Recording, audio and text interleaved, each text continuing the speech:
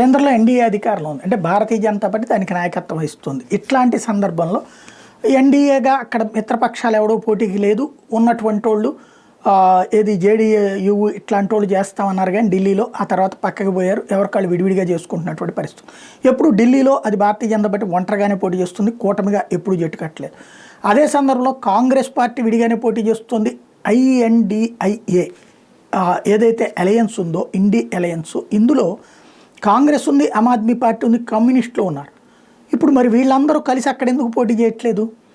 అలాగే తృణమూల్ కాంగ్రెస్ ఉంది, అదే సందర్భంలో డిఎంకే ఉంది, ఇట్లాంటి వాళ్ళు అందరూ ఉన్నారు కదా. సరే డిఎంకే తృణమూలు వదిలేద్దాం, అక్కడ ఉన్నటువంటి ఎవరు సమాజ్వాదీ పార్టీ ఉంది, అట్లాగే లాలూ ప్రసాద్ ఆర్జేడీ ఉంది, వాళ్ళందరికీ ఎందుకు టికెట్ ఇవ్వట్లేదు కేజ్రీవాల్ అంటే తాంబూలాలు ఇచ్చేసాను తనుగు చావండి అన్నట్టు మేము పోటీ చేస్తున్నామని ప్రకటించేసిన కేజ్రీవాల్ కాంగ్రెస్నే కలుపుకోవాలి.